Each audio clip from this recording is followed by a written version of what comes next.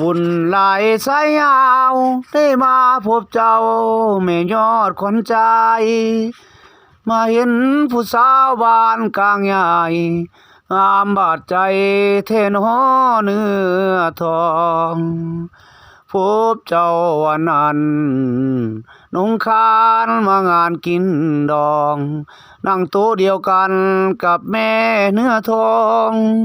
น้องเย็นเบียร์ให้อายจนวินพอเลิกจากงานเมื่อบ้านบ่บอกอายจักคำจังแม่นว่าเจ้าใจ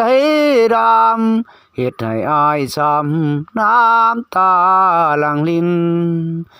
ผู้สาวบ้านกลางใหญ่เฮ็ดให้อายนอนเกือกขี้ดินย้อนคิดฮอดแม่อยู่พินจากไปบ่ลำบ่ลาผู้สาวบ้านกลาง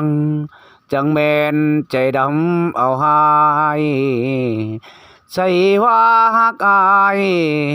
บ่สมกับเอ่ยวาจา